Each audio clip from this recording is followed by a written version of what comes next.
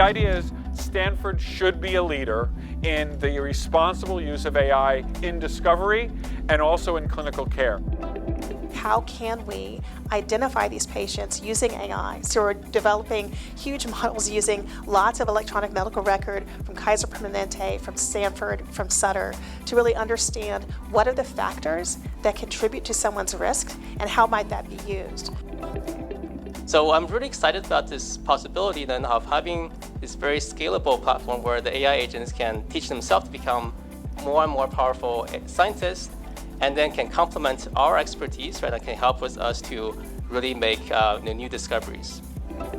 And so one of the things I've been doing is to talk with people who are developing AI in medicine to understand how much do they know about the potential harms that could become unintentionally, perhaps, or intentionally, when used by a nefarious actor.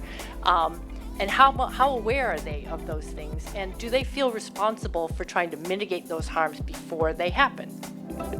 So over the next 30 years, the demand for pathology services will increase exponentially. The number of pathologists that we're training is flat. So the system is going to fail. The only way out of this is to innovate. And so we began to build an AI tool to solve this problem.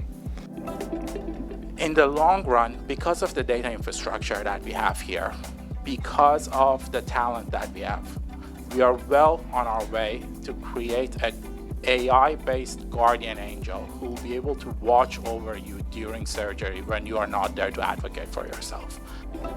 We have been talking to nurses, to patients, to physicians to figure out everything that they need to, make this chatbot work well, so that from the moment you touch that healthcare system, any report you get, any instructions you get, you're able to ask questions about it 24/7.